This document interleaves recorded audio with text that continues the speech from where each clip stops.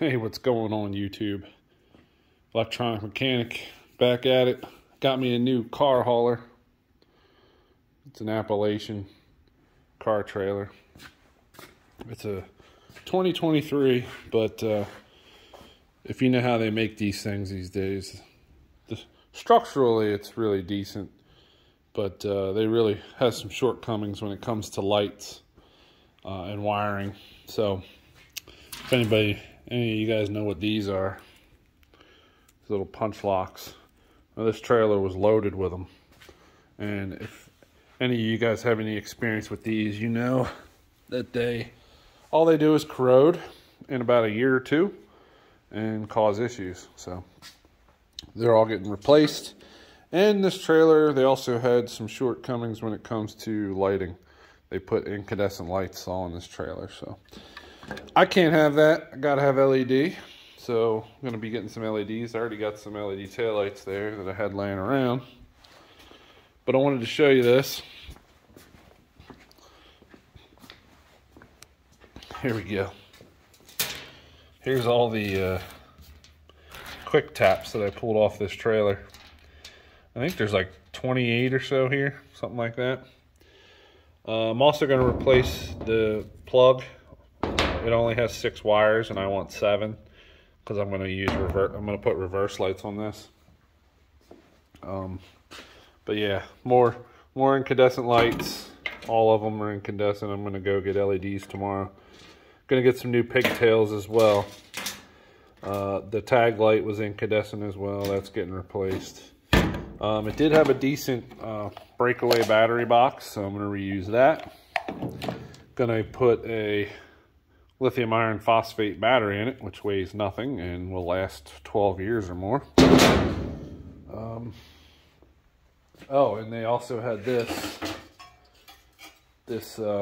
they had a metal household interior junction box welded to the frame there, and that's what all the trailer wires went into, and they used it like a junction box with this metal cover on it. Now it's deformed because I beat it with a hammer till it came off, but not waterproof, not weatherproof at all. And there was probably about 9 of those in it. So they don't even use like a terminal strip or anything.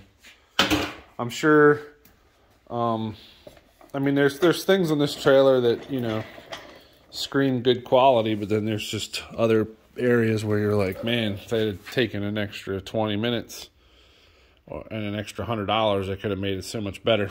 Like, I appreciate these chain hooks. You can take this out and put a different length chain in.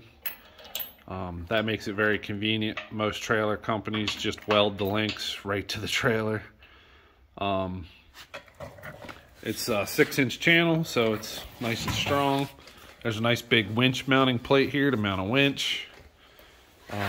The way they did the clearance lights on the sides here, 2-inch clearance light goes in here, and it's extended out so that you're in line with the fender. So at night you can see if this is going to fit, then you know your wheels will fit. A couple other things, they put steps in the corners of the ramps, or the fenders. There's steps on both sides, so you can step up on it. And then the taillight boxes, same thing. 2-inch light in the end. And as you can see, these have been full of water and they're starting to rust from the inside. And there was more of those punch locks in there. So I'm going to drill some holes in the bottom of those boxes so they can drain, and clean them out and rust proof them with some rust proofer. This trailer also sits kind of high off the ground. So what I think I'm going to do is the ramps, I'm going to pull them out, and I'm going to add a foot of ramp to the ramps for lower clearance cars, because it's kind of a steep angle. This is kind of high off the ground. It's a 10,000 pound rated trailer, so it's beefy, but it sits pretty high. It did come with a spare tire and a mount, so that's nice. And the front here kind of V-noses a little bit, so that's extra deck space also. And I'm thinking I might do something later, maybe put a build like a box in this that with a hinge flips up so you can keep like stuff down in there or something. I don't know. Always thinking. Like this is also another afterthought, is this crappy jack. This jack is horrible. I hate these style jacks. I'm gonna get a drop leg jack that probably it's gonna get welded permanently. And then I'm gonna probably take this jack and buy another one similar to it, since these things are only like 30 bucks, and put two at the back of the trailer as drop jacks, so you can, when you drive heavy loads on it, it doesn't pick the back of the truck up off the ground. It's got D-rings in the front on both sides. Oh look, another one. Starting a collection over there.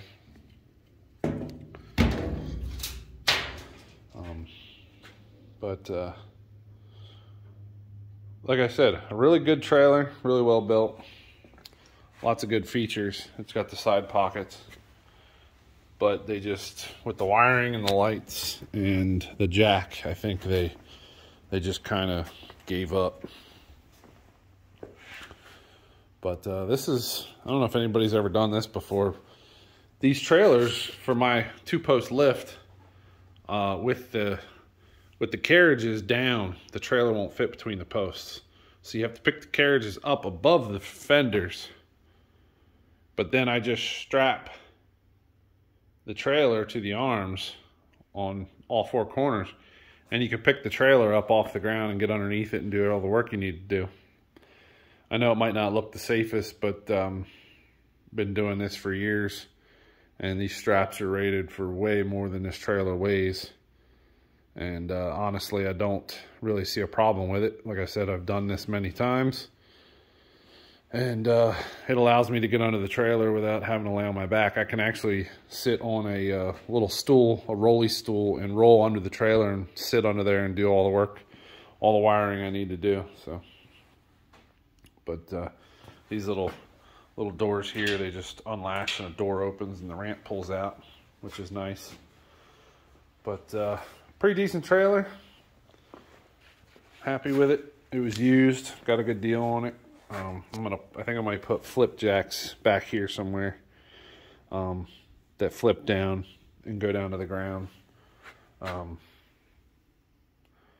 just to keep it from acting like a teeter-totter on the truck that's towing it. But definitely a nice trailer, well built.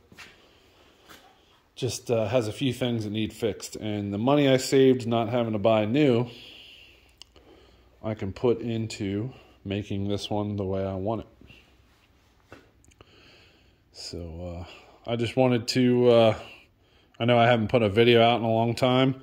I've been working on things and just been too busy to film, and I have a lot of video, I just don't have the time to edit with my regular day job and projects moving in and out so fast. I've been just not feeling the time to that, and it's just a mental thing too, to make yourself sit down and edit video. Sometimes I just don't feel like it anymore. But I had some more videos of the 74 Ford that I need to get to. I have the video, like I said, I just got to put it into, edit it into a video that can be put out. So I appreciate my subscribers, and I don't want to keep you guys hanging all the time, but like I said, it's tough sometimes. I don't have a dedicated editor. I know a lot of these other YouTube channels that I like to follow, they have dedicated editors, or they edit themselves, and they don't have a day job. Having a full-time day job and other responsibilities, plus lots of work and projects, just really stretches you thin. So little bit of update. Maybe I'll film some of the wiring of the new lights and stuff when I get it, and hooking up some new boxes. So maybe I'll film some of that and put out a video. But for now, this is what I have. Little update video of what's going on today in my shop.